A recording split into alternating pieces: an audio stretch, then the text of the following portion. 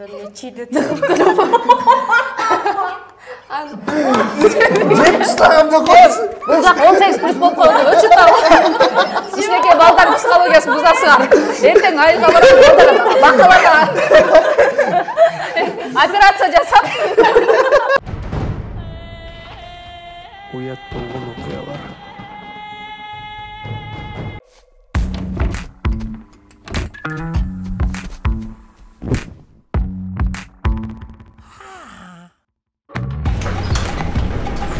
Aviasales. Arzan aviabiletlerdi ıldan izle. Бирок биле. Все, старт атабыз. Да. Билгендей болуп эле силерге башка мишет беребиз. Мишет эткилечи. Силер мындай бирдеке айтып бересиңерби бизге? Жок. Эчтеке айтып бербейсиңер. Муну кыл, тигини кыл деп. Эле алдап койтуп сен мени. Сен айтпадың беле айтып берип турасыз деп. Айзада жарчы деген. Жарыш керек Айзада. Канча сом бересиң болсо? Канча берейин? Так, эсептейин, канча сом мага так.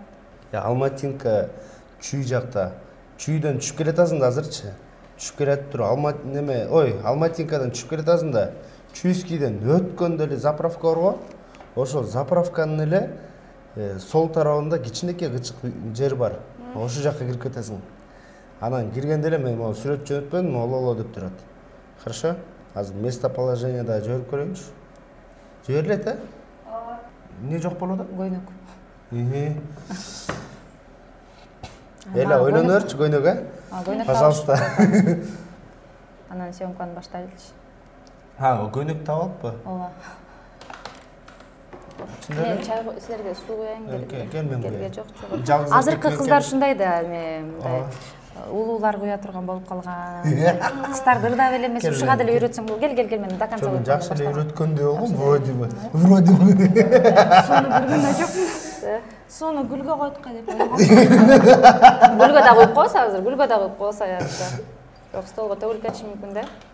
Жок, төгүлбөйт, чачкансар. Давай. Всё. Айда, красавчик. Өзүм досум да.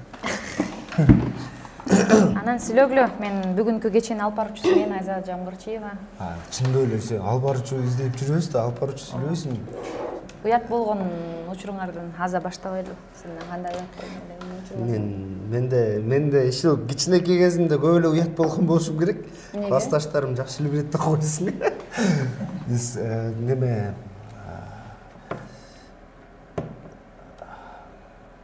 6-классты бүтүп 7-класска көчкөндө анда деген казачок, анан немелер, клёшшумдар, анан клёшшумдун иши лакированный шымдар аябай мода болуп кеткен да. Лакированный шым туфли эмес анан. Ошондойдон алып анан жаңы неме ошо 6-класстын аягында тренировка бар баштап каратеге. Барат анда эмне жаш балдар өзүнчө эле тийиспейбиз. Панфилов паркка 25-майда 7 минут гулять этебиз деп классташтарыбыз менен барып, аябай ошол жакта эле жүрчүбүз. Бир классташ балам жинге тийгенден бутумду чоюп башына жеткизгенде тарт деди да. Шымчы. Ошо тарт деди. Эмне кыларымды билбедим. Жок, шымдын ичинде бир нерсе бар беле? Бар болчу. Негизи бар, анан дагы бири бар болчу да койсуң. Отан тарт деп эле шымым айрылды. Макул деп, мейли деп. Анан бирөөнүн баягы немелер болот да, джинсы курткаларчы, ошону байланып алып жүргөн болчумун. Бир күн кечке. Үйгө барбайбы? Үйгө барган жокпуз, каякта до конца. Эмнеге? Биз эми классташтарыбыз аябай шайыр жүрчүбүз да, анан андай нерселерге деле көңүл бурчу эмес, бирок бир 15 мүнөттөй точно ошол жерде жыгылып калышканда күлүп атыпчы. Да. А эмне биз жыгылбай атабыз ага?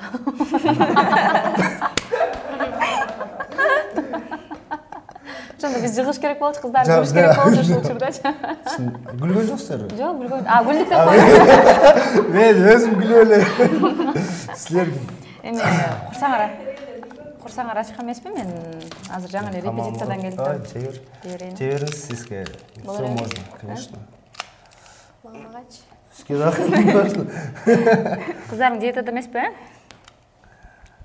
Диетада бирөөсү бар. Бирок ошону сурамады.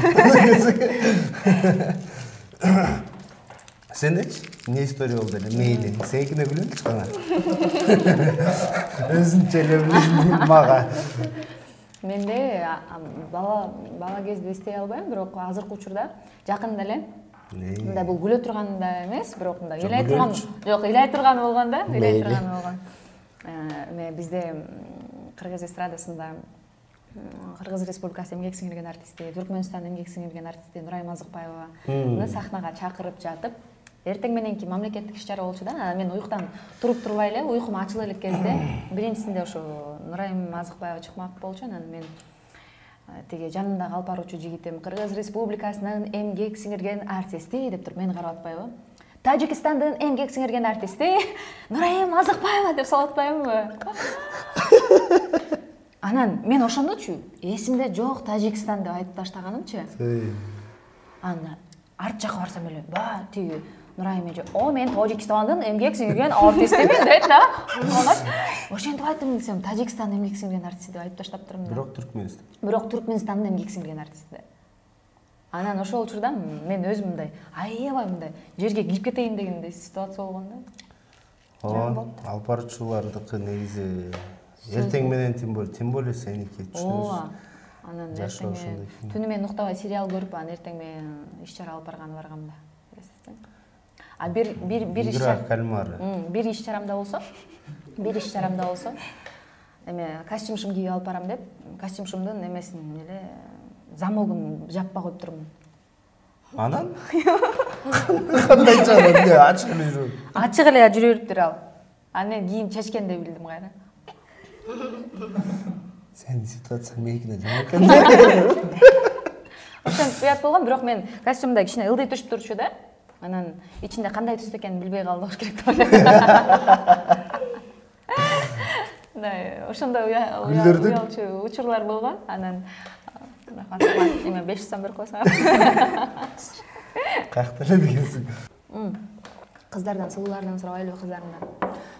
Эгерде бизди көрүп аткандар болсо, Азамат болсо продюсер, жаш продюсер, сахнага мына ушул мурунку Манро, азыркы Денис тобун алып чыгат. Бул Денис тобунун кыздары. Мен буюрса жаңы курамга кошулайын деп атам, ырдайын деп атам деп эле. Кошосуз. Таанышалы кыздар. Мерим. Шок болсун го, мен желание айтып коюп аткам, жатан бери түшүндүм бул. Сен бияка өтчү деп албайм.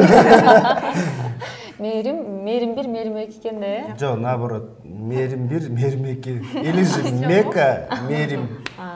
Биз ушинтип неметип коебуз. Эгиздерди меңинен же бирдекесине биз болсо кыскартып, так ансак. Сары чач, блондинка, не блондинка деп. Мека, Мерим болду.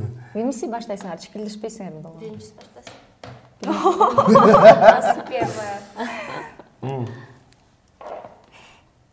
Уят болгон учурлар болду эле? Жок. Уят кылган учурлар барбы?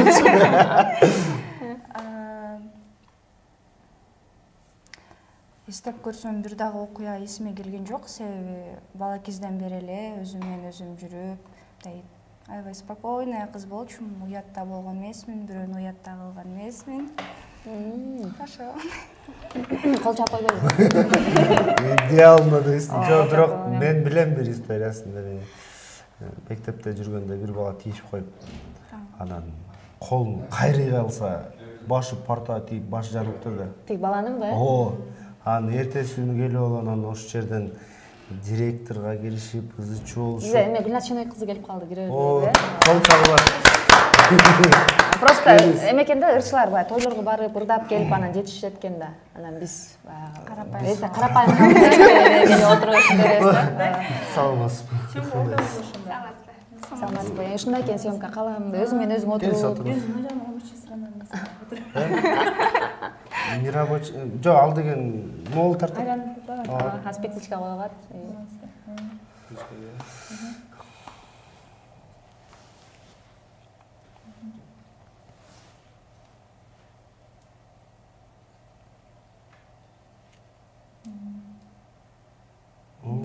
Шашпа Гүлназ. Шашпа. Нормально бар. Эме кызды чыгарган эмеси бар экен да, ырдаганы бар экен да. Кызды чыгарат го. Кыз узатып да, кызды киргизип келип кызды кайра чыгарып коет экен да. Ошо кетир үйгөн. Бул жаман кетиргич да. Любой кетирет. Гүлназ Чынек кызы менен биз 3 жыл иштештик. Бул Мээрим группанын жаңы катышуучусу, бул да Мээрим. Экөө Мээрим да, ошо деңиз тобунан. Айзада мен жаңы топко кирип атам ошо. Ошо продюсерим Азамат болуп, ошо биринчи долбоорго YouTubeга сени тарталы элеңге дейт. Аны мейли деп келдим ошо. Сразу эле баштай эле. Эме суу куюп койгом сиз келип. Келиңиз ичиңиз. Кел ал бери. Бүгүн тема ошо эме кантип уят болгом деген тема тегерегинде экен. Эч кандай алып баруучу жок экен. Кандай үйдө отурганда эле ошондой экен, ошол себептерден. Алып баруучу жок экен. Ошону айттым да, профессионал. Деле анча-мунча алып баруучу. Анча-мунча эмес, профессиональный алып баруучу. Кылганда талашып калабыз го деймин да бу жерде. Пусть говорят, бол кетпесе. Жооп берип атып. Мен уят болгондордун полный азамат билет. Элбели койсоңор болот экен да, бар болду эле. Мен айтып берели. Мен баштасам болот. Жаңы эле меканиктин Гүлнастыкын айтып берейин депчи. Жок, жак эле. Жаңы эле меканиктин баштабадым эле. Эмне уят болот эле баягыдан дегенсиң. Дагы деле кечигип жүрөсүң. Жок, айта берейинби? Ооба. Кайерден баштайм? Кечиккенден баштайбыз. Кечиккенден баштай бер, сен вечно эле кечигип жүрсүң. Жана чалды да азаматчы. Свежийден баштайм. Жарым саат калганда сөзгө бар эле келип. Анан эскертип кеткен. Ооба. Негизи буга чейин эле чалганда, улуу урматтуу бүгүн кечке ушун улуу урматтуу Гүлназ айым, эми сиздер деген мындай да, биз деген мындай да деп кечке жана Асманда ресторан бар го, ошого келдим де. Анан эмне болду, келе атасың дейт. Кактасың дейт. Эми асмандамын, асманда. Азыр бир ырдап койгон депсиң сен. Ай Кудай, кичине жерге түштү дейт. Бүгүн кечке даярлаганымда сокпай болду. Жа асмандамын дейт да. Мен аны эметпей эле мындай асмандамын деп койбойчу, асман ресторанында асмандамын, асманда деп. Подчеркивать айтат. Вот. Эми асмандагы адамдар жерге түшүшү кыйын да. Кеп күчтө булуттар жок, азыр жамгыр жаапчы. Анан акырындан жамгыр менен жерге түшкөнчө биз байкуш жердеги адамдар күтүп пишип убактыбызга алышпайлы отурабы. Айтсады, бирок бир звонок менен жерге эмес, подвалга түшүштү. Ошончо ай бирге түшүшсө мен өтүп жашына эле сүйлөп атам. Эмне дейин деп калдым. Эмне чыгасыңбы деп. Беркиндей жагынан. Ал эрис мен жаатам мен келе алгыла. Уят болуу боюнча мека аябай ойлонуп калды. Кайсы бирин айтсам. Жок, мен деле уят болгон эмесмин негизи, просто мынча. Айтып түз отуруп. Жакшы бар. Ол уялып атасы? Эми эсиркеттим. Азамат азыр сүйлөп атсачы. Бул негизи телеканалга кетпейт, айтып берсек болот. YouTube'га да. YouTube болсо айтып берейин. Боло берет дегенде. Жок, эми эркинирээк го дегеним. Ошо Азамат экөөбүз иштешип жүргөндө Добурдун карындашынын заводусуна чакырып калды да, келип ырдап кеткиле да. Шашылып эле бул келгенде чыга калыш керек да, көпкө күтсө неш болуп кетет. Анан давай мортам кел деди. Келдим деди эле, шашып бушуп эле баягы көйнөк бар эмес эле, тырдыйдын ол. Канчанчы контейнер айтканбыз жок. Ал бирок кымбат көйнөк. Биринчи кымбат көйнөк болчу. 25 000 сомго алганбыз. Наличка санап. Мындай болчу да, ал көйнөк мындай болчу, анан плечосу ачык болчу да. Баягы шашылып атып эле, баягы ойлонгон үчүн иштеп атат го, шашып аткандачы. Шашылып атып эле баягы кийдим да, чуркай үстүмөн жаап алып эле, анан кеттик. Тумарда болчу бул да. Тумарда болчу. Анан кийин бардык. Эми бул полный карап коду эле, чачым нервный калып туп койгон, анан жаңы көйнөгүн этегин түшүрүп кой деген нерселерди карачу эле да. Буга ишенип эле мен смело эле кирип бара бердим, анан чечинип эле ырдадым. Анан ырдап, телефонума тартканда просто өлө көп сүрөттөргө түштүк. Анан бир мага сүрөттөргө карасам эле мына жер мындай баягы мен алба коюптум да. Элге чейин да койсуң. Аппак болуп турат да, вообще багандай го. Анан айтып койсуң эле сен, мен ошондон бери айтайын. Сүрөттөн карасам эле турат да, вообще мен кыздарга баягы эркектерге мындай билинип билмеши мүмкүн, бирок бизге өтө эле уят нерсе го. Обычно алып койчу элем да. Ошону эстеп кеткенде жакында эле Мисс Кыргызстан болбойдубу? Мисс Кыргызстанды алып баратканда мен көйнөгүмдүн суулар дегендей, анан Димарага айтам, сен да болбосуң. Көйнөгүн арты. Саламды койсуң. Көйнөгүмдүн арты момундайдан ачык болчу да. А мен да кийип туруп момун чүйүп калып турмун да. Анан тим эле коронаны жана $5000 коронаны кийип алып момунтип айланып эле ушинтип салам достор. Бүгүн ушул $5000 коронаны мындай кылабыз деп анан видеого момунтип айланып эле мынтип түшүп аткам. Анан монтаж кылып атсам эле ушул жерим кечкете мынтип да. Меники да аппак болуп чыгып калыптыр да. Аны ким айтты дебейсиңерби мага? Жанымдагы алып барган Кайрат Мусаев айтып атпайбы? Эркек айтса жаман экен да. Анан мен билем аз чечем деп эле барып элесиң. Тиш жакка барып мынтип чечтим да. Болбосо билген эмесмин менчи. Чечем аткам да. Анан ар жакка барып эле монтип чечке боюнча акырын кетип калдым да. Мынтип сумкага салып койдум мынтипчи билгиспей. Айтып койгон жакшы болду, бирок эркек айткан жаман экен. Мага айтпабы атпайбы? Мен жөн алып атам. Ал кеспе. Уят болгон окуялар. Авиасейл чекит кийүүчү сайтына кирип, ылайыктуу күндөрдү жана багытты тандап, өзүңө ыңгайлуу болгон билетти сатып ал. Авиасейлс арзан авиабилеттерди ылдам издөө. Айылга көп барчумун мен. Кичинекей кезимде каникул сайын айылга жөнөтүп менен. Айылга барганда бака сакалды жакшы көрчүмүн, кескелдириктерди аябай. Анан эме сайга барганда баканы алып күтөрүп чийди туруп Жеп тастаганда койсуң. Бул жак 18+ болуп койду. Өчүп калды. Кичинекей балдардын психологиясын бузасыңар. Эртең айылга барып бакаларга операция жасап. Кочкордун бакалары калбай калган ошондо турбай көрсөң. Бакчыктайлар деле. чийди сабап Бул жагын такыр эле жасап кетесиз. Айтып коюңчу. Кайрап басып койчу.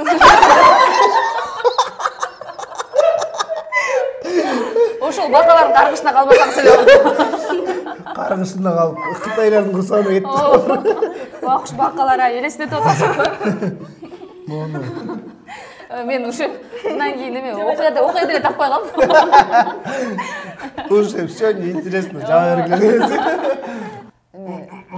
Биз кичинекей кезибизде айылда 4-5 айылды камсыздап солярка бензин дизмасын сатчубуз да. Бизнес ошол жакта башталды. Анан Бул мындай күлө турган дагы же ыйлай турган экенин билбейм, бирок күлөбүз. Калп эле күлүп коелу. Эме болчу да, баягы ичип алып келип, анан эме болгондо үйдөгүлөр ай апаң жок деп кой, атаң жок деп кой деп коет го. Ой. Анан бензин жертва биселе. Анан бензин куюп бүтүп, 10 литр бензин деди да, ал учурда мындай атып коймо бензин жок да. Эме канистерди көтөрөм да бутма мынтип такап турам, бензинди момундай челекке коям, мынтип карап меркасы мынтип 10 литр болду деп, 10 литр коюп турам. Алып барасың, бир колуңа воронка, бир колуңа челекти алып алып, эме кылып турган воронкадан куюп, анан кийин акчасын алайын деп атсам эле, ал учурда бензин 28-29 сом болсо керек, 280-290 сом болсо керек. Алайын деп атсам эле, тиги байке киши кызуураак экен да, анан Айзада тиги эме апаңды чакырчы деп атпайбы, анан апам жок деп, атаң барбы? Атам жок деди. Байкең барбы? Байкем жок деп аттым да. Анан ошентсем эле тиги бензинди карска жазып кой деп атпайбы.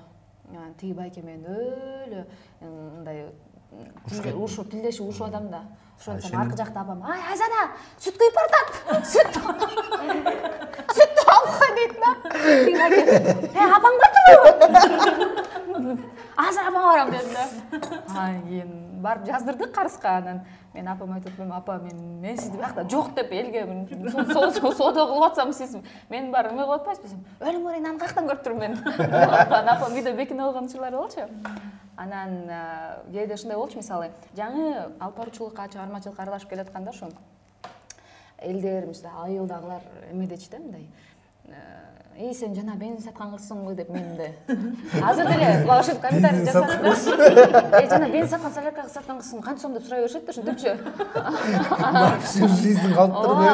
Анан эми ал учурда элестетсең биз бир күндө ошол учурда элестетсең азыр бир 30-40 миң сом соода кылчубуз. Ошол учурда элестетсең.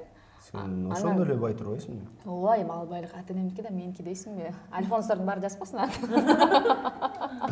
Ансы деле балдардын баары альфонс болуп кетиптир. Нормальныйлар бар. Жаңы тема альфонстар дейсиз. Жок, жакшы балдар бар. ошентип өткөнөчү деп. Жанагы альфонсбу деп ал менден калган альфонс деп.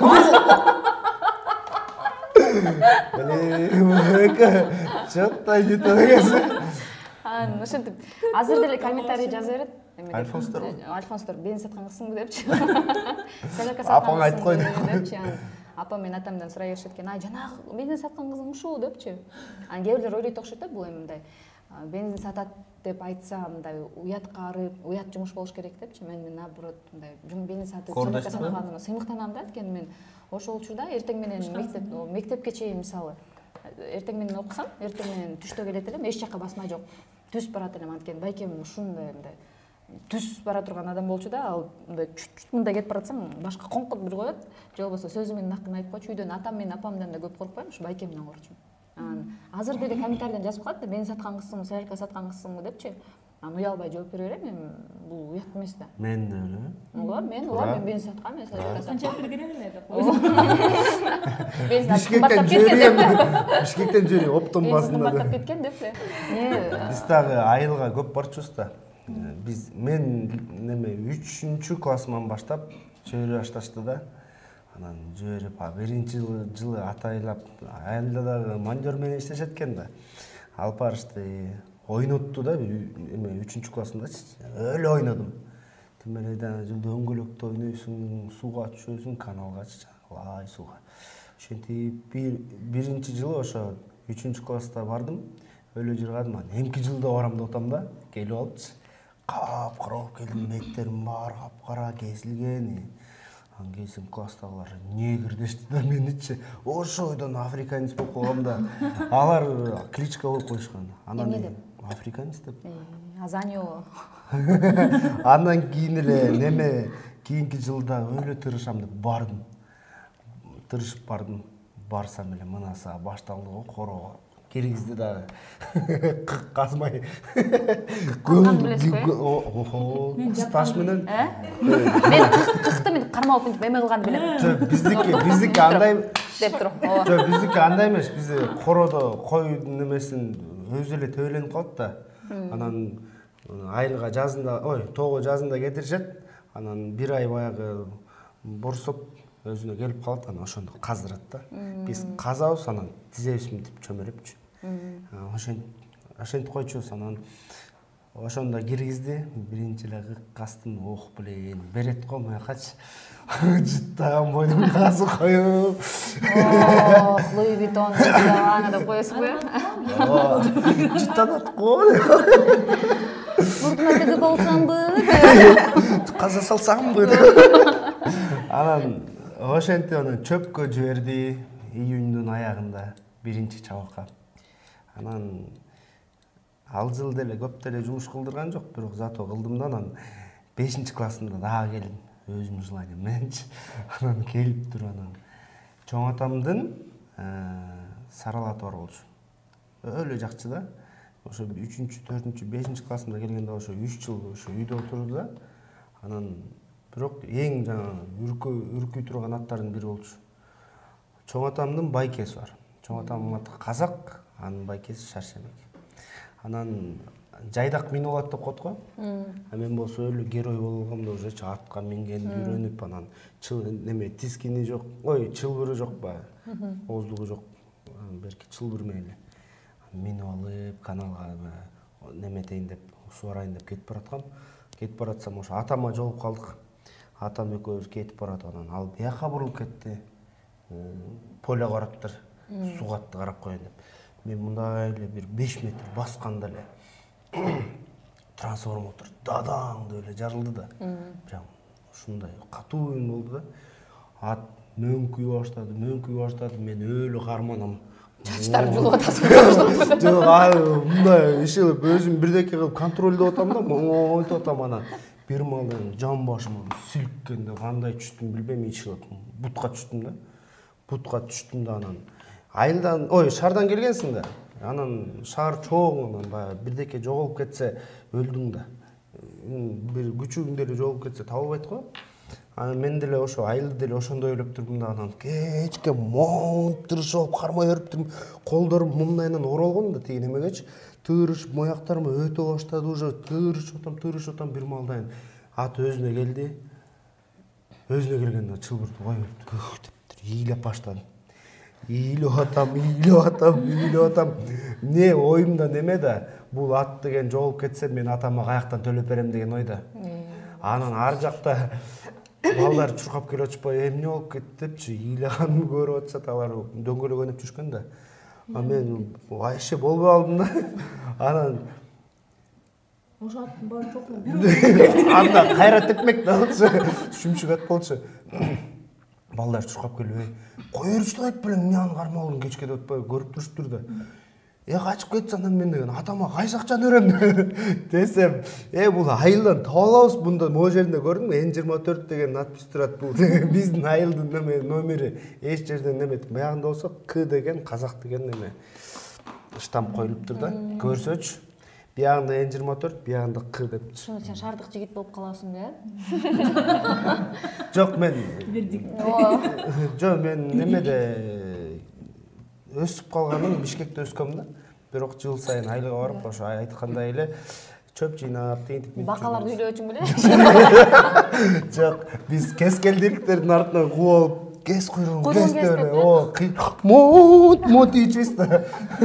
Дегенде куйругун кескен менен тайып кетчү мен. Чындыгында эле кескелдер куйругун кесеби? Ооба да, кадимкиде кесип туруп, тыштап туруп кетип калат да. Мен аларды айылдан коробкага салып, шаргап келип үйдүн баарын разыла кескелдириктерди. Анан разыла это үйдө чоңойтуп алдым да. Нет, они тул чоң көп толтура алып, по всему дому они есть. Азыр делеби? Да, до сих пор есть. Тема жок болуп калды. Могу кыз өлө эме экен ай. Коркунучтуу кыз экен да. Biraz мен отурчу да. Сени да көбөйтүп таштап жүрөсүң. Гүлназ чын кызы чачың келип эле Эртең эле Гүлназдан мындайдан 40 отураттык. Дале жылтырап эле. Жар деп. Жылтыраган баш мененчи жар деп. Чындап эле ошондойбу? Коробка неме, спичканын немесине коробкасын салып үйгө алып келгем, үй төрт. Кескелдирикти. Кескелдирикти кармалган. Бирөө же экөө алып келдиңиз беле? Ал өлө качат го сен кантип? Кадым сайдан кармачымын. Сайда жөн жүрбөгөн кыз экен бул. Көрдүңөрбү? Простой кыздар эмес. Необычный. Лезвиямен ичин тилип. Аны айтпай эле койчу, пожалуйста, дегенсиң. Доктор болуш керек экен, врач болушум керек да. Мамасы итак эле врач кылам деп атканга эспи. Кескелдирктин чоң болчу да, баласы бар го деп ойлогом да. Кескелдирим. Аны чыгарым деп чыгып Апасынын кесиби врач. Туура түшүнсөөр болот. Урушпагыла. Урушпагыла деген. Ооба, кызым кестиң бе, мындай жагына кестиң. Шофторун жакшы койдуңбу? Ыргыт сатты дешеме. Макул. Макул дегенде. Эфирден биз кетип эле сен өзүң окуян. Толтуруп калсың. Биздики такыр кызыксыз болуп калат экен. Бул кыз оозун ачканда биз деп элечи, биз 10 жолу сүйлөгөнчө бул 1 жолу сүйлөп элечи. Уят болгон окуялар. Эме конфеттен таттуулар. Ооба. Сенчи Гүлназ дедим го? Оу. Кескен боюнчабы же? Жок. Гүлназдын бир интервьюсун айтып берейинби? Анда деген мындай интервьюга барчубуз, бирок прям кичинекей кезиңиздеги окуядан деген биринчи жолу ошондо уккам да.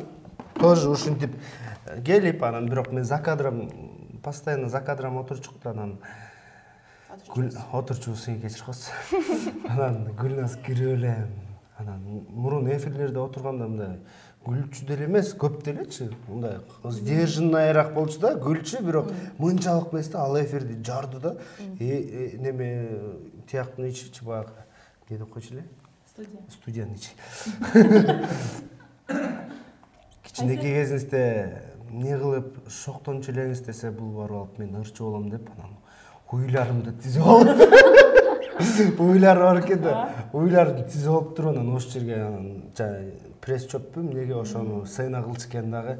барып анда эмесе алдыңарда Гүлназине кызы деп алып туруп анан уйларын ардап беришти. Биринчи көрүшүп. Ошо уйлардын батасы деген турбайбы анда? Мен ушу эмне эле ырчы боло албай жүрөм десе уйлар кырдаш керек болчу да. Мен букаларды ыйлап алып турдум да. Букаларды мындай кетип калат экен, уйларды күтүп турган экен да. Көрсө уйларга ырдашым керек болчу экен да. Анан еще уйдун куйругун кармагандар. Эмне? Кезден келатканда бирдеке деп айдап келчү. Не дечи? Ал убакта баягы Рики Мартиндер өлөм Куйругун кармап тичкен да. Бак уйга жүрөгүм уруп кетти. Жагат болчу.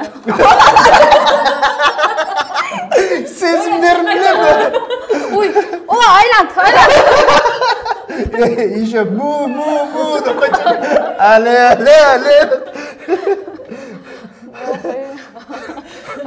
Ал уйлар барбы же? Көзүм мындай болуп кетти, жол кетти. Же 5 бармак болуп кетти. Канча уй мен канча бакка кетти. Түшүнбөй кара. Взглядлар башкача. Гүлназ койчу, блин. Гүлназ.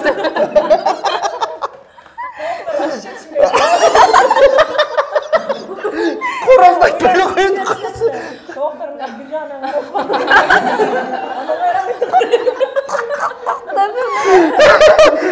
Койчу.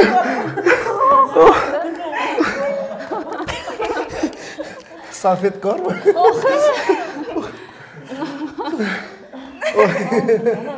Өлө шок болчу. Мен курткамды берип койсоңуз.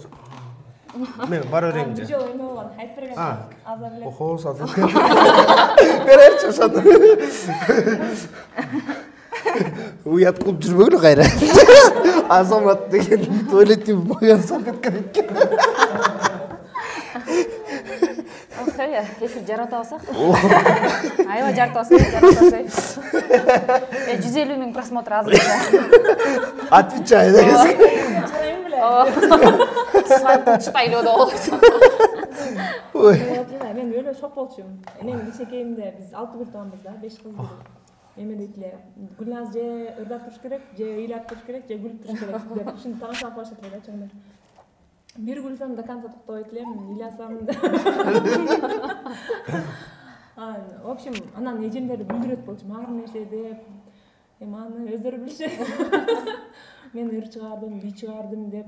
Анан бир күнү эжемдерди мынтип отургуздум дагы сөрүдө. Обед мал болчу. Сөр приходу. Тапчан, аха. Сырт жакка жай болчу. Мынтип отургуздум дагы. Мен ар нерсе кылып тамалар күлүп атышат, күлдүрөм деп эле аракет кылдым да, анан кийин мен кайерим билип атат деп бутум үчүн билип. Жобосо колум үчүн билип. Анан ырлар да оюмай чыгарып элем да урдура берет. Жакын азыркыдагыдай эле. Эй. Ара жагат анан ошентип күлдүрүп атсам кичине эле күлүп атышты эле, анан бир маалда өлө күлүп атышат. Анан жагат экен аны сайын аны жин алтарсы. Анан кийин токтосом деле күлүп атышат да, анан кыйнап иштери эзилип калган. Эмне болуп атат деп түшүнбөй. Уйлардай болуп. Атам качан эле келип өнүн чыгарбай күлүп атып кызарып кетти да. Атам строгий да, ал мындай андай жинди болмок турсун да. Ал кезде директор болуп иштейт да. Иштейт азыр деле. Мындай сүйлөй албайт болчук да, мындай эркин сүйлөшүп. Мугалимдин баласы деп барып эле. Карасаң атам да ваа каткыр экөөтө күлүп беришти. Бардыгы күлүп беришти. Мен эмне кылышымды билбей ыйлап бердим. Сен жакшысың.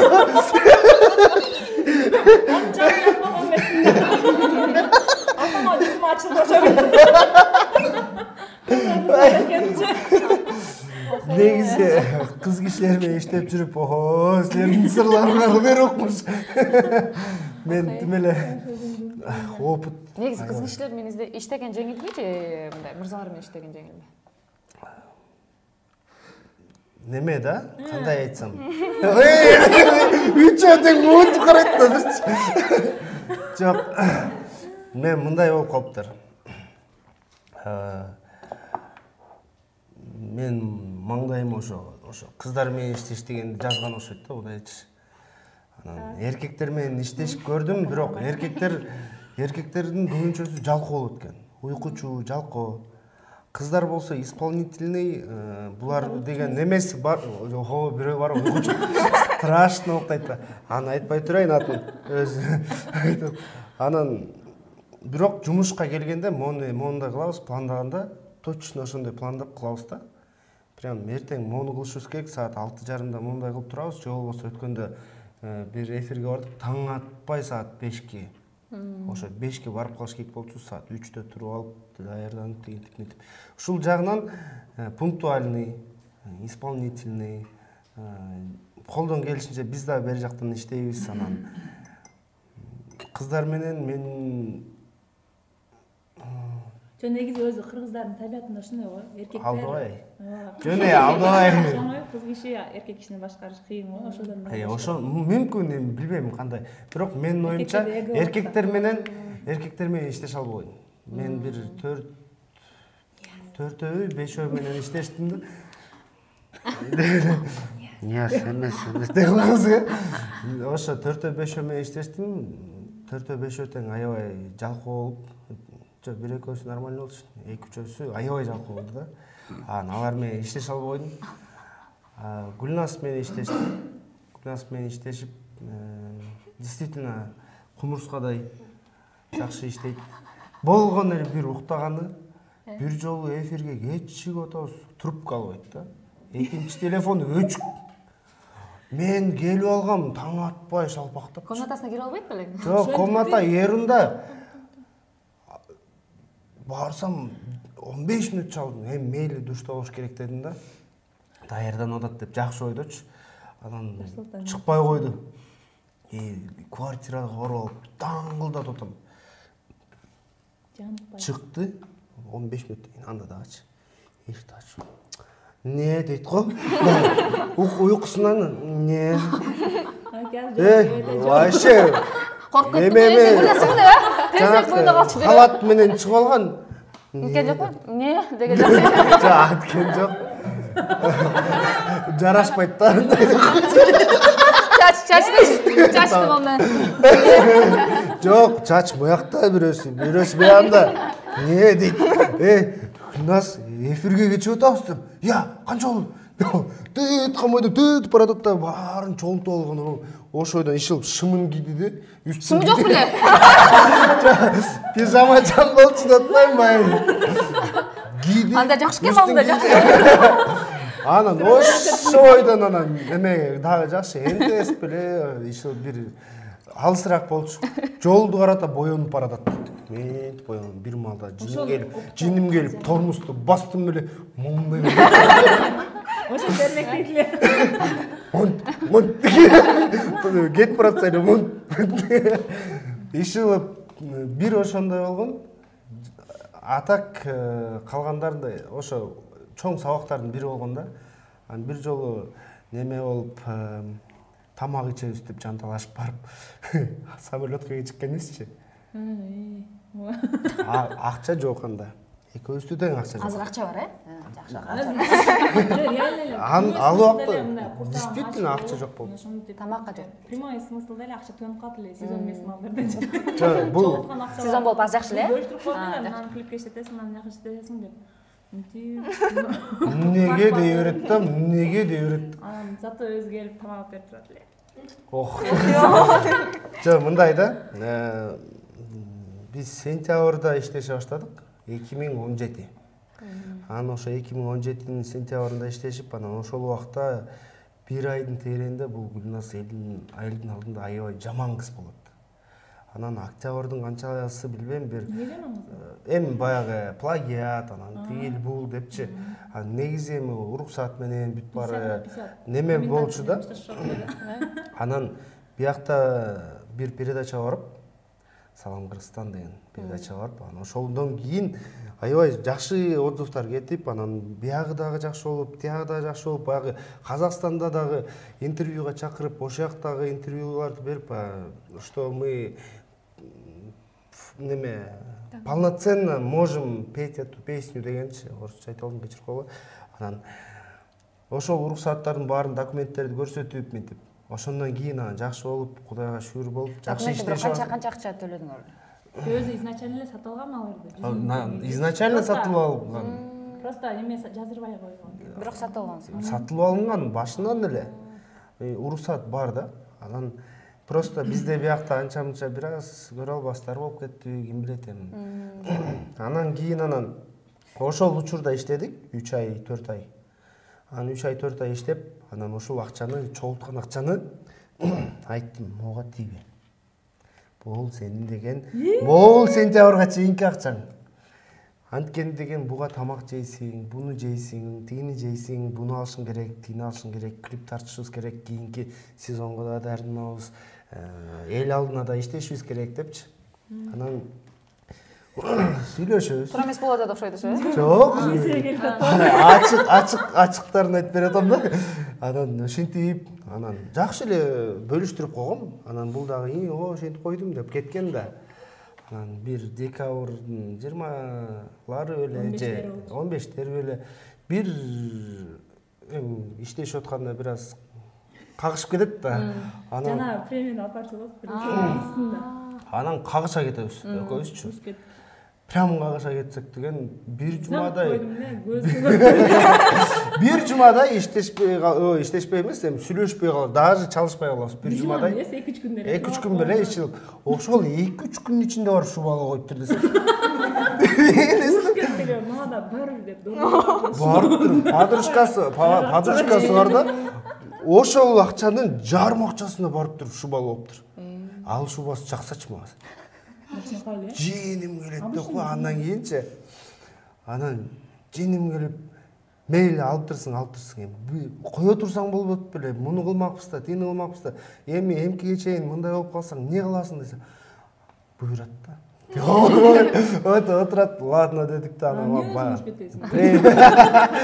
премия аркы беркилердин баары болду, анан жаз келди, жазында 1-2 тойго чыгып калдык. Бирок интервьюлар аябай көп болду. Интервьюдан интервьюга барып атабыз, кое тур азыр. Анан мындайынан, анан июлга жеттик да. Июлга эптеп-септеп жеттик. Июлдан баштап 15-териненби Азамат ачык болдум деп баштады. Шубаңды сатпайт беле? Орозодо болчу, орозодо вообще сезон болбой калат го. Орозодо тутуп алгам. Ночью. До конца эле тутуп койгон. О, до конца карма. И так эле экономить эттик ошентипчи. Эртең менен ооз ачыргандар көп болот эле, ошол жакка баш керек болчу. Ооз ачыргандар жок болчу да. Ооз ачыргандар мен, анан мен. Ушундай китайский кухня бар эле, арзан. Жөн-жөн нормально. Жок, жана эме үйлөп койгон бакаларыбыз бар. Ошол нерсе менен анан бир айын экономдодук. Кечинде кетип атканда 1-2 кукси алып берип коем, эртең менен озуң жабасың депчи. Ошентип атадан августтун башына жеткенде чалып алып ыйласа болобу? Азамат, мен Ошко кеттим, мен болду. Түңүл рахмат дейт. Чыда. 15 күн чыдап койчу, пожалуйста дедим да. Жүнүң жылтырак болот дедим. Анын кандайчы? Карачы, чачтар жылтырап кетти эле, ошо. Ошол жүндү эмне айтып атат башка? 15 күн чыдап кой дедим эле. Точно дейт. 15 күн десем. 15 күн чыдадык. 15 күндөн кийин башталды. Точно ошондой айткандай болду.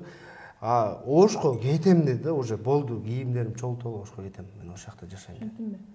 Эсиңде жокпу? Менин эсимде бар. Мейли, $100 айтпайсың? $100 айтпачы өзүң. Унутуп калдым.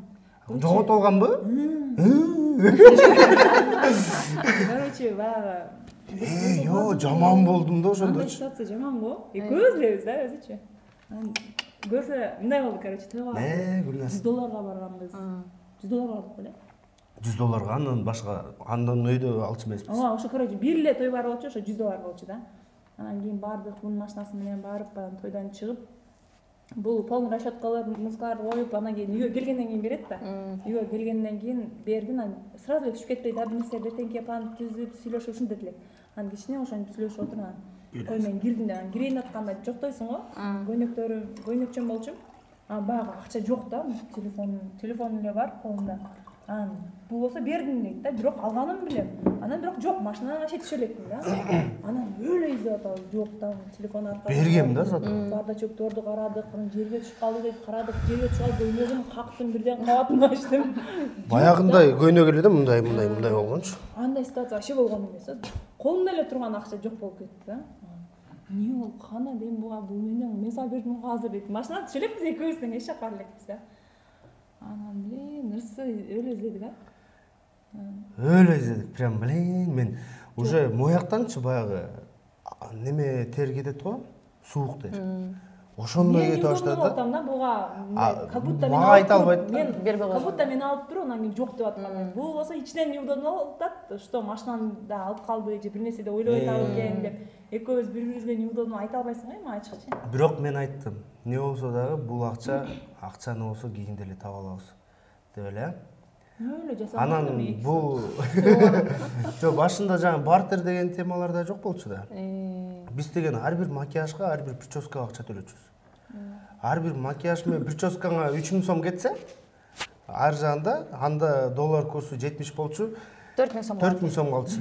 Ошол 3000 сомду расход кылганбыз, анан 4000 сомду бул өзүнө алып кичине тамак аш кылмак да, по идее. Анан жок да. Анан мен жаман аягында тапкан жоксуңарбы? Кетти. Анан үйгө кирип кеттим мен. Анан жок, уят бол. Жок, мындай болду. Азамат уят бол, Азаматтан чыгып калып атпайбы? Жок, мындай болот. Мындай деп ойлогом. Вообще күткөн эмесмин, Азамат. Жок, аябай баягыдай неудобный ситуация болду. Просто Кудай сынайт экен, аргандагыла. Мүмкүн ошол сен экөөбүз бирибиз менен урушуп кетип деп эметип кетсе деле болот. Акча үчүн урушуп кетип. Кандай учур отуруп эле жок болуп кетет. Машинадан түшөлөк болсом, кана деп эме болуп кетсек болот эле да, баягы доверие жок болсочу. Анан бул кетти. Эртеси күнү. Жок, мындай болуп Гүлнаска айттым, Гүлнас, акчаны табабыз, Кудай буйрса. Бул да бир сыноолор. Буга чейин Италия сыноолордон өтүп келатабыз, жанталашыпчы, как будто калбай калгансың дегенсиң. $100 үчүн ошпайлы. Анан $100 эми каякта калган $100 Кудай буйрса аманчылык болсо табабыз деп бул кирип кетти. Мен болсо жаман ойлонуп кетип баратам. Анан машинаны бир жарыгыраак жерге токтоттум. Бунун дууру жаман мрак эле да. Анан жарыгыраак жерге токтоттум дагы, машинанын ичин полностью светтерин күйгүздүм. Анан жин келип немелерин, сиденьянын баарын ары бери чылдырып баштадым. Билин, жанак могу жагы болот го, могу жеричи. Бул деген мындайынан отуруп туруп, анан мындайынан түшүп калыптыр да, көрсөчү. Түп-түз боюнча анан үстүнөн биз карагамызга чыктым, фонарик менен караганда түп-түз болуп турган. Мен сага видеозвонок менен чалып көрсөттүм беле, ошол кычыгыны. Албай туруп көрсөттүм. Эме болгону өзү алып туруп анан кайра уялып, деп анан кайра сабыз. Түп сумай. Жок, ошолчу. Уят болбойн деп турам. Мынтип, Гүлназ көрдүңбү? Могу $100 $100 качып кетейин дептир депчи. Карма калды. Мындайынан баягы $100 мындайынан түшүптүр да, анан баягы неме материал болот го, ошонун материалынын алдына мындайынан кирип кетиптир да. Көрсөчү. Жок, жаман болуп 5 мүнөттөн эле Гүлнастан кеткенден эле 5 мүнөттөн молодая гвардияда болчу. Токтоп туруп эле ошол жерден издегем да. Анан WhatsApp'тан видеозвонок менен чалып көрсөтүп, мына акчаң деп туруп. Өлө сүйүнгөн. Мен деле аябай сүйүнгөм. Чай içkemiz деп болот, эми чай içkemiz. Ишенет ай. Анда кейфси жок болчу деген. Биз чай эле ичебиз. Баягы ичтим деп айтып берип атпадың беле? Эми айтасың уруш кеткенсиң, Ушул жерден уруш кеткенсиң деп кой, ошол $100 эстеп атып. Уят болгон окуялар. Экинчи курста мен жатаканада жашачумун да. Анан ошол жатаканада жашаганда ошол университеттен бир бала мындай эме кыла берчү да, мындай тийишип, мындай көз артып, ушунча да, ошо да. Эми ал учурда студентсиң, 4 кыз бир үйдө жашайсың, бир комнатадачы. Анан тиги университеттин астынан чыгып кетип баратсам, Айзада кандайсың, жакшысың дейт. Жакшы деп. Мен тамак жеген кетип баратам, жүр тамак жебиз дейт да. Анан кийин болсо, жок, курсам ток деп тур. Анан кетип калдым. Курсам ачка болбосо, өзөрүп атам, мончу кете берейин депчи. Анан кийин корктум да, мен тиги бала улуураак болчу, бизден 2 курс улуураак болчу. Мейли анда деп анда жол кирүүгө да акча жок, анан өзүм эле жөө эле общагага, жатаканага баратам. Анан барып жатаканага барып, анан биринчи этаждан нан, майонез, анан эме жаздырып аласың да, карызгачы. Ооба, жушестерди алып, анан кийин Соус салат болот. ооба, соус салат, ооба, пакеттин ичинде узун пакет болот го, ондай. Анан сол мындай өзүнчө чыгып калганчы. Ооба, анан ошондойлорду көтөрүп алып кетип баратсам, ал бала дагы ошол жатаканада жашайт экен да. Мен көрүп турдум да, айлашып кетсең. Анан үйдүн жанына келип элек деле нанды монтип алып, демеле сындырып алып, пакеттин жанынан чыгып, сумкам мындай азып алып, мынтип нан менен мынтип жеп келатсам, алдыман жоготпой мен камчылап. Мен карап эле, кандайсың? Сен эмне жатаканада жашайсың деп атпайбы менчи? Ооба, мен могу комнатада жашайм десем, жаңы эле айтпадым беле, курсаң токтотмадың беле? Мен сени токтотпойм дедим дейт.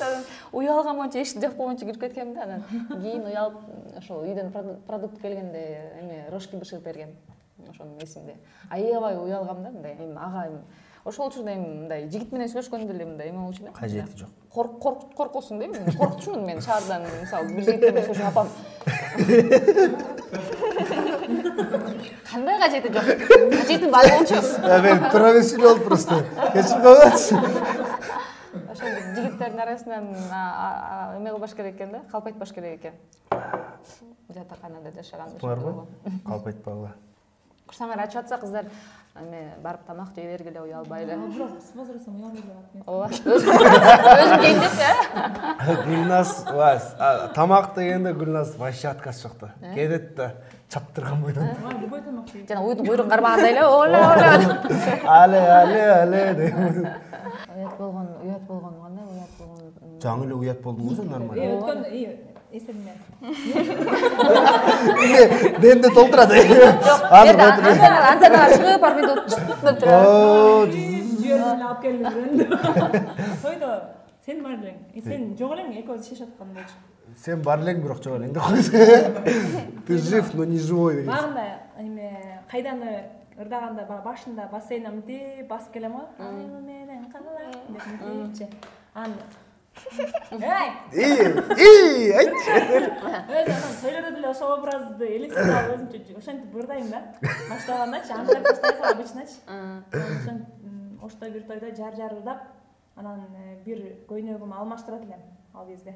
Алмаштыргандан кийин антракта бир розовый көйнөгүм бар эле, ошону кийип алып мени чакырды. Анан деп ошону бирден шарт таштап кеттим. Айыл менен калай, ичемен тала деген. Аркам шамалдай түштү. Ал ойноп бир жылдан бери кире келем да. Аркасы замыбы. Арка иң жакпы же ылдыйраак жакпы да. Вообще мен жака чейин. Жамандап. Артын шамалдап кетти. Эми биринчи столдордон уже өтүп экинчи столдун тушка жетип калгам. Кайра назад кетти. Кайра кандай десе ошондо. Сени арка кеттим да ошочу. Болсо ошону барып ортого барып элдерди чакырып антрак болуп кетчү да. Анан ошону немелер болсо күлүп атат да. Артта турган. Эми мынтип коюп кете албайм. Же токтото албайм, же баягы ага чейин жол салды эле. Той эле жол жаап коёт го. Ошол столдун үстүндө турат да. Баягы ырдап атам.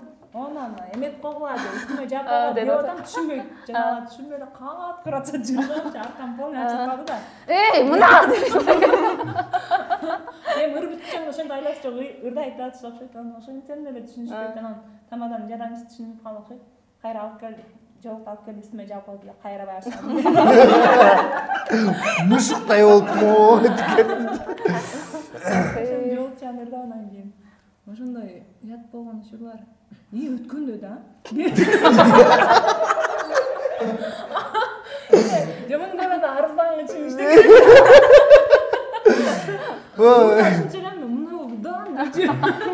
Мен Бишкекте постоянно жүрчүмчү. Бу немеге Ошко кеткенде өзү тайып кетчү да. Ошко кетчи, анан Оштон баягыдай. Мен менен жүргөндө бүт баары жакшы, өзү кетсе эле бир историяга попал болуп кирет. Мындай болду да, азамат. Өткөндө шамалдап бардык эле. Анан эми мындай башкача уят болду айдачы.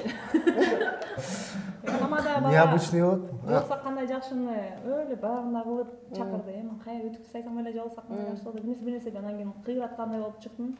Анан ырдап өлө элдердин жанына барып ырдап анан кийин поклон кылып анан кетейин деп атсам кетпей туруңуз деп калды тамадан макул деп жанында турсам кичине шоглат окшойт деп мен андайлар сразу поддержка чыгып коштоп коем да билишет тааныш тамада эле анан көрсө ал ырдайын өзү да кошо ырдайын деп атыптыр да өзү айтор музыкасы жок элечи акапелла анан эми музыканы баягы жакшы түшүнгөндөргө мындай чала түшүндүргөнгөргө деле эркектин тональности менен аялдыкы туура келбейт го өзүнүкүнө эмес ал өзүнүн тональности менен чыныгы жүздөр менен чөйрө жок сөздөр менен деп ырдап туруп мага мынтип атпайбы мырдан анан мен баягы жерде эми анын тональностунан чыга албайм жаркырап күлүп турган деп калдым да өздөрү мынтип Гүлназ чыныкысы фонограмманы кетет да жоон будан да жаркырап күлүп турган деп ушундай болуп калды да ай черт өлдүм десем анан кайра ал сондура берет да конечно жайнаган көздөр менен деп баягы элдер түшүнбөгөн боюнча деген боюнча калды Гүлназ чыныкысы эптеп эле фонограмма менен ырдап ошентип калды да анан баягы дыңк деди да анан кийин эми туруптур дедим анан кийин ал ырдап бүттү эле кайрат сен ырдап аткандачы мага сонун идея келди да элдердин баары билет экен ошону чогуу ырдатпайлыбы мына команда сеники мына команда меники чыгыш керек да элдин понятиясын эме кылып коюш керек деп туруп анан кайра башынан өзүнүн тональностуна салып эми сиздер деп ырдатып анан кийин кеттим да андай уят болгон жаман го мен үйрөткөндөй эле карачы таза ошол жерден айтып атканга менин мектебимдейсиң молодец жок просто мындай ситуациялар тойдо же выступленияларда аябай көп болот бир учур болгон ырдап аткан жерден немеси полностью өчүп калат аппаратурачы ал деген бир ырчынын тою болчу ырчы эмес баягы ырчы болчу продюсер продюсеринин тою эмнети кой эмне калды болду учуп кетти Гүлназдын жүндөрү сага кетти жүн жылтыр адамдарды ушинтип учуп берет да эки жылтырап калса экен анан ошол жерге ал күнү эртең менен Гүлназ ооруп калат биринин мурун катуу ооруп атат жок түнү мындай чыйрып атам деп туруп жатканда айткам дарый чоп жаткан эртең менен неме даярданышыбыз керек десем ооба деп алып кеткен булар вообще тил укпайт да дарый минт өзүңөрдү карагыла жылуу кийингиле десе ноль да өлүп калайын деп атканда чалат да анан Гүлназ эртең менен чалып үнү чыкпайт да эмне болду анда еще коронавирус жок да ал тойго эми кандай барбайм нежелательно барбай эле коем эми сен азыр пока что баягы мындай опыт ала элексиң мындай деп ал убакта жаңы чыгып аткан кезде чакырган да анан өзү бирок көңүлдөнүп атат мейли бар дедим да хорошо бар баягы көңүлүң калып калбасын негизи эле баарын көңүлүн сурайм биринчичи анан барам десең бар деп анан эртең менен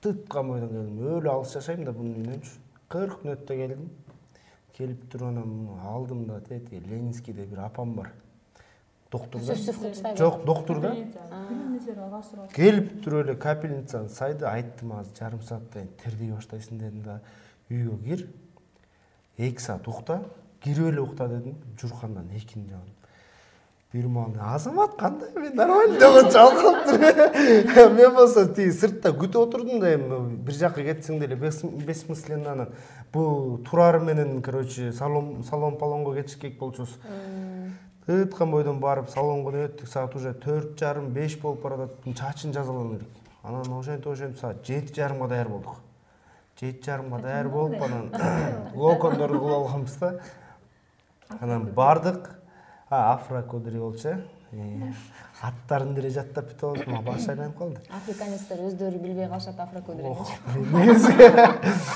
жатат анан Гүлназды кире бер мен сыртта болуп турам же тиякта болуп турам чалып калсын хорошо деп кирди кирип эле бир маалдан эле чалды Азамат келчи мен кетишим керек дейт эмне болду уже болду неме ырдап чыктым жакшы болду той уже саат 10:30-11 болуп калган кете берели деди да келсем күтүп туруптур анан отурду Азамат айтып берет да ошентипчи мындай болду да деп анан айтып бербейсиң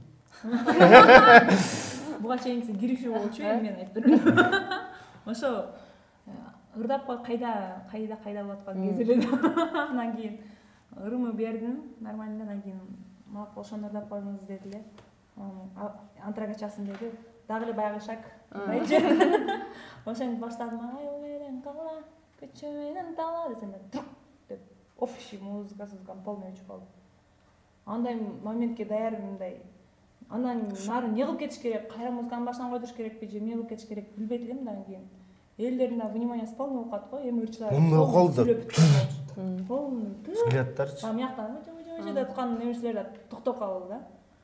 Делден ошол жерден кайра музыкасы жок эле ырдап кеттим да. Акапеллина минтип ырдаптыр да, анан ошо сени издедим мен сени гана деп туруп анан жоксуң дегенде анан зал полностью поддержка менен айтып берген оюнча, может калп айтып коюшу мүмкүн деп. Бар, тамаша.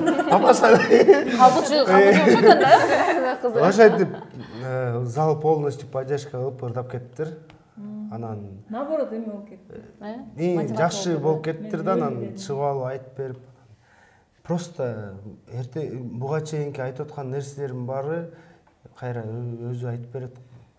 Барба деген жака барбаш керек десем деле тилди укпай кетет. Ошол бир нерселер боло берет да, сен ушуга карап окшойсуң деген. Жана апасына барып кайра эме кылып койду окшойт нерселер. Жок, ал деген аптека ай. Мындайнан деп. Медик. Өзүңө келе. Айзада.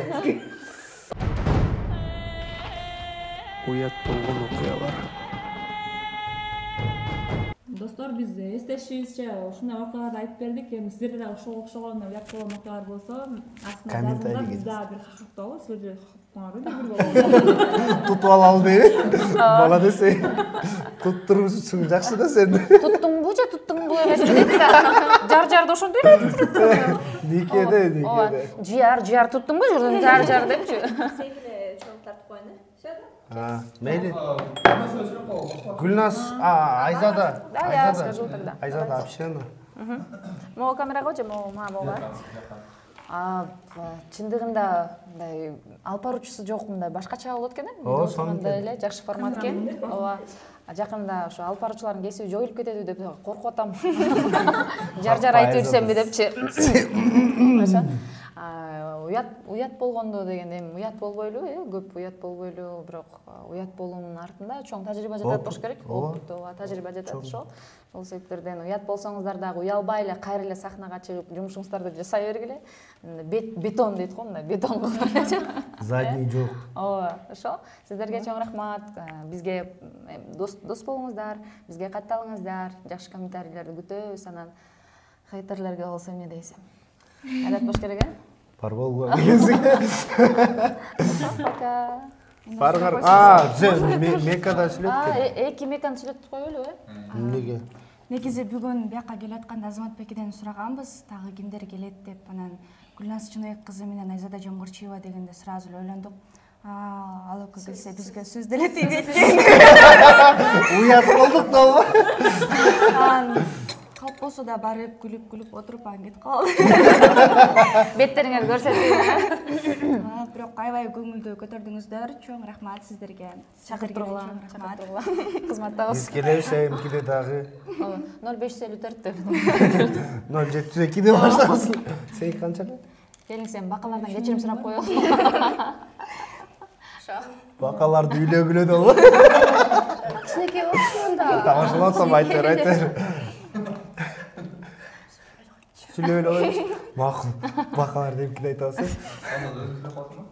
Ошо чоң рахмат чакырганыңарга. Айзада айткандай эле бул тажрыйба, ар бирибиздин башыбыздан өткөн нерсенин баары жөн болбойт. Бул дагы бизге буйруган нерсе. Мындан ары мындай нерселерге кабылбаганга аракет кылыш керек. Жөн эле буйруп тур деп туруп эле күлүп туруп, дальше өзүңөр оокатыңарды Сен ушуну кыласың дегенсиң. Тамаша. Баарыбыздын ишибизге ийгилик, ден соолук. Бул азыркы учурда аябай керектүү нерсе, ден соолук дегенсиң. Биз үйлүү урутабыз. Ошо ишиңерге ийгилик үчүн катталгыла, жазгыла, подписка,